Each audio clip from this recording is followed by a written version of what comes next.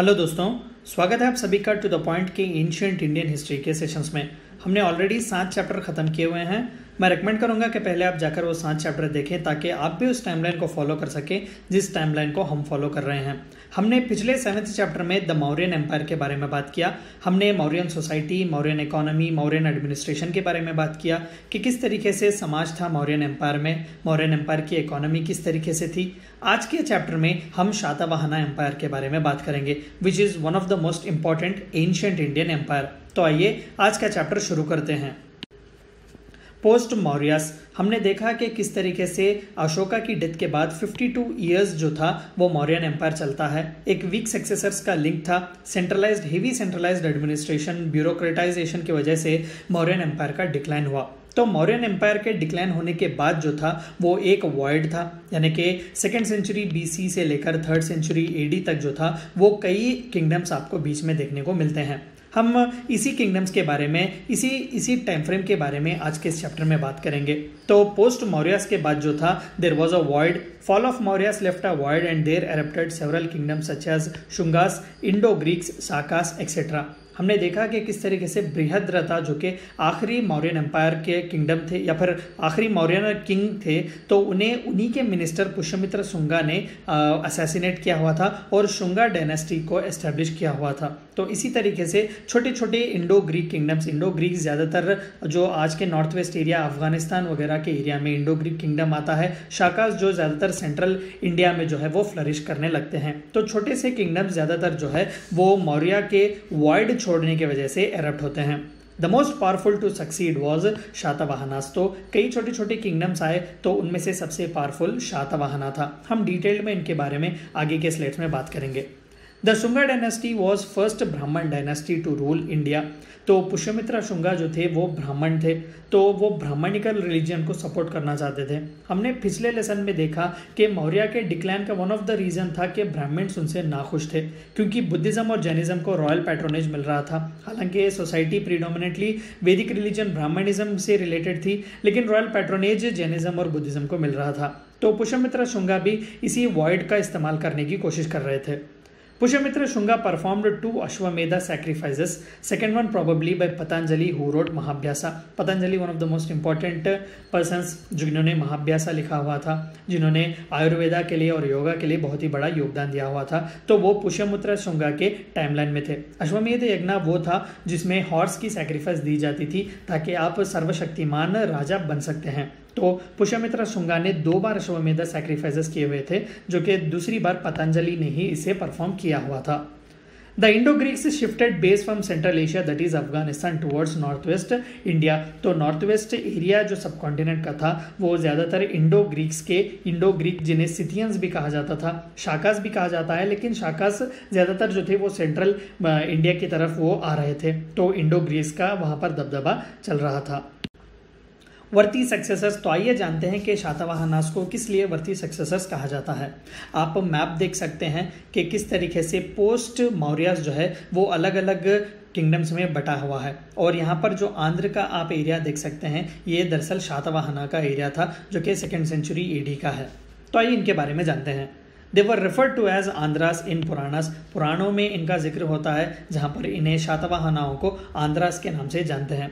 The Shatavahana kingdom mainly comprised the present day Telangana, Andhra Pradesh and Maharashtra. तो आज के ज़माने का जो आंध्र है, तेलंगाना का है और महाराष्ट्र का रीजन जो है वो शातवाहना का एम्पायर हुआ करता था।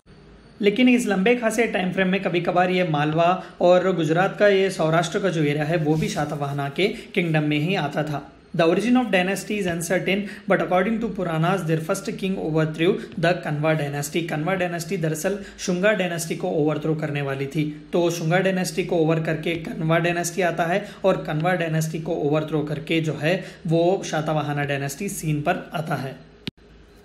They formed a cultural bridge and played a vital role in trade and transfer of ideas and culture to and from the Indo-Gangetic plain to southern tip of India.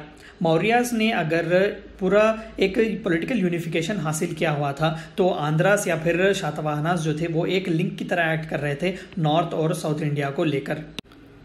They played a very crucial role in transfer of ideas and cultures from north to south. जाहिर सी बात है कि central Indian lands में जो था उनका rule था, तो इन दोनों एक्सट्रीम लैंड्स में वो एक कनेक्शन की तरह तो बतौर एज अ कनेक्शन वो एक्ट कर रहे थे. They supported Brahmanism as well as Buddhism. ज़्यादातर ब्राह्मणिज्म को ही वो सपोर्ट किया करते थे. हम आगे के स्लाइड्स में भी जानेंगे कि किस तरीके से गौतमीपुत्र शातकर्णी को एक ब्राह्मणा भी कहा जाता था. तो एक ऑफिशियल रिलीजन ब्राह्मणिज्म का था, लेकिन वो सपोर्ट बुद्धिज्म को भी करते थे. दे पैट्रोनाइज्ड प्राकृत लैंग्वेज. तो प्राकृत लैंग्वेज इंडिया की एंशिएंट इंडिया की प्रोमिनेंट लैंग्वेज थी, तो प्राकृत लैंग्वेज को भी पैट्रोनाइज किया गया था. The founder was Simuka. जो फाउंडर थे इस डायनेस्टी के वो सिम्होका थे. And first greatest ruler was Satakarni one who bought most of the western India under his control. तो जिस रूल के बारे में हम बात कर रहे थे कि कभी कभार सौराष्ट्र और कच्छ का एरिया भी आता है, तो सबसे पहली बार उस वेस्टर्न इंडिया की यूनिफिकेशन को शातकर्णी द फर्स्ट के रूलरशिप में ही अटेंड किया गया था. हाला बहुत ही इंपॉर्टेंट है. He was the 17th ruler who is said to be poet king who authored Saptashati in Prakrit language. कई बार प्रीलिम्स में भी पूछा गया है कि who of the following was the poet king who authored Saptashati, तो it is Hala who was 17th ruler. The most outstanding one was Gautamiputra Shri Satakarni. तो गौतमीपुत्र शातकर्णी जो थे वो one of the greatest ruler थे शातवाहना डायनेस्टी के. हम नासिक इंस्क्रिप्शन, नानेघाट इंस्क्रिप्शन की जब हम बात करते हैं तो ये गौतमी बालाश्री यानी कि गौतमीपुत्र शातकर्णी के माता जी जो थे उन्होंने ही लिखवाए थे. तो ये गौतमीपुत्र शातकर्णी के रूल और उनके महानता को डिस्क्राइब करते थे वो दोनों addicts. He defeated Shaka king Nahapana from whom he seized Vidarbha, Malwa and Kathiawar areas. हमने जिस तरीके से देखा कि इंडो ग्रीक्स और शाकास जो थे वो सेंट्रल इंडिया में आने की कोशिश कर रहे थे, तो शाका किंग नागापना को डिफीट किया था Gautamiputra Satakarni, which was one of the most prominent events in the history of India. तो इससे जो है पूरा सेंट्रल इंडिया का चेंज जितना भी हम देखते हैं, तेलंगाना, आंध्र, महाराष्ट्र और गुजरात का एरिया, वो शातवाहना के किंगडम का हिस्सा बन जाता है. He was also called as Eka Brahmana, protectors of Brahmins या फिर Brahmanism या फिर reviver of Brahmanism भी के नाम से भी इन्हें जानते हैं. The last ruler Pulamayi IV, after whom territory broke into several small dynasties. तो पुलमाई IV जो थे वो आखिरी रूलर थे जिनके बाद शातवाहना की डायनेस्टी छोटे छोटे किंगडम्स में बढ़ जाती है. दरअसल 5 अलग अलग किंगडम्स में बन जाती है. आंध्रा, इक्ष्वाकु, इस तरीके से अलग अलग छोटे किंगडम्स जो है वो एरप्ट होते हैं. एडमिनिस्ट्रेशन. तो आइए शातवाहना के एडमिनिस्ट्रेशन के बारे में जानते हैं. They followed the administration guidelines of Shastras. जाहिर सी बात है कि जब ब्राह्मणिज्म को सपोर्ट कर रहे हैं, ब्राह्मणिज्म रिलीजियन को प्रीडोमिनेंस दे रहे हैं, तो शास्त्रों के हिसाब से ही उनका एडमिनिस्ट्रेशन चलता था. Their government was less top heavy than that of Mauryas and featured several levels of feudatories. Centralised rule जो था वो एग्जिस्ट करता था, लेकिन सेंट्रलाइजेशन नहीं था. हालांकि किंग से जो है वो पावर फ्लो तो होता है, लेकिन ज़्यादातर एडमिनिस्ट्रेशन वो फ्यूडेटरीज यानी कि मिडिलमैन जो हुआ करते थे उनसे हुआ करता था. आर्मी यानी कि मिलिट्री और सिविलियन रूल जो था वो अलग नहीं, वो एक ही था. ज़्यादातर राजा इन्हीं फ्यूडल लॉर्ड्स पर डिपेंड करते थे अपने मिलिट्री और आर्मी सपोर्ट के लिए और रेवेन्यू कलेक्शन के लिए भी. राजन द हेरिडिटरी रूलर्स यानी कि अलग अलग प्रोविंसेस डिवाइड किए गए थे जहां पर राजन अलग अलग किंग्स हुआ करते थे. Rajas petty princes who struck coins in their own names यानी कि ये फ्यूडेटरी वो मिडिलमैन होते थे जो कि रेवेन्यू कलेक्शन में ज़्यादातर उनका हाथ हुआ करता था. Maharathis, hereditary lords who could grant villages in their own names and maintained matrimonial relations with the ruling family. यानी कि एक फ्यूडल सेटअप जो था वो था इस एडमिनिस्ट्रेशन का हिस्सा, यानी कि शातवाहना का एडमिनिस्ट्रेशन एक फ्यूडल सेटअप था. The Aharas appear to have been the largest geographical subdivision of the Shatavahana polity. जिस तरीके से हम षोडश महाजनपदास यानी कि 16 प्रोविंसेस की बात करते हैं, उसी तरीके से आहारा जो था वो एक स्टेट यानी कि एक बड़े किंगडम का एक छोटा सा स्टेट जो है वो जियोग्राफिकल सब डिविजन माना जाता था शातवाहना पॉलिटी का. Satavahanas attempted to build a formal administrative and revenue collection system. तो सबसे पहले जो था एक फॉर्मल सिस्टम, एक रेवेन्यू कलेक्शन का जो फ्यूडल सिस्टम बनाने की कोशिश की थी वो शातवाहनास ने ही की हुई थी.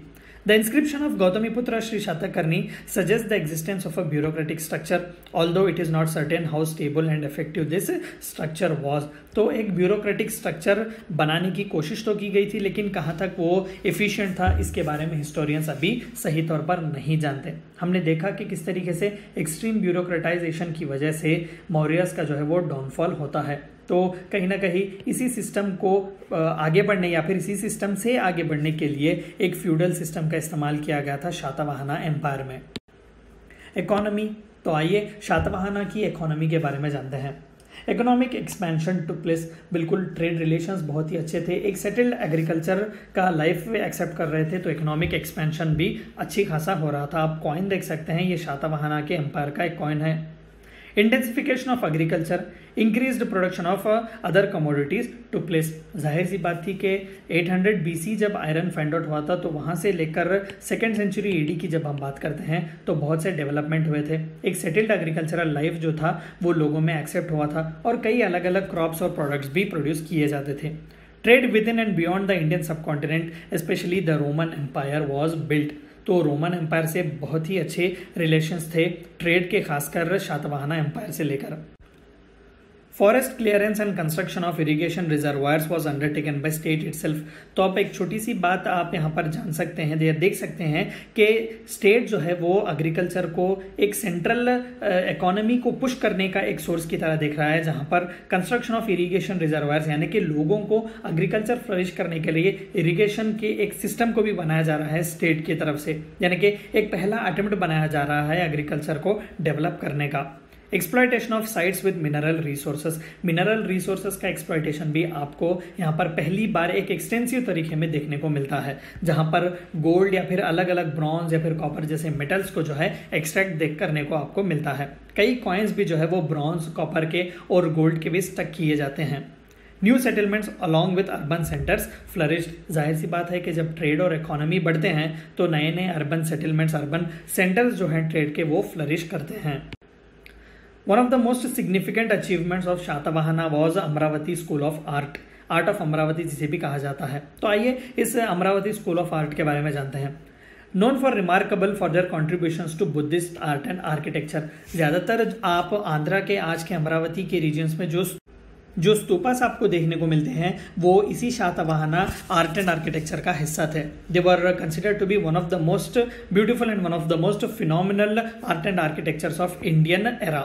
तो बुद्धिस्ट आर्ट एंड आर्किटेक्चर में बहुत ही योगदान दिया था इस अमरावती स्कूल ऑफ आर्ट ने, जो कि ज़्यादातर शातवाहना का था। They built great stupas in Krishna river valley including the stupas at Amaravati in Andhra Pradesh, जो कि आज के आंध्र प्रदेश के अमरावती का जो रीजन है, अमरावती जो कि आंध्र प्रदेश का कैपिटल है, तो वहाँ पर आसपास जो है कई स्तूपास बनाए गए थे बुद्धिस्ट आर्ट एंड आर्किटेक्चर को सपोर्ट करने के लिए।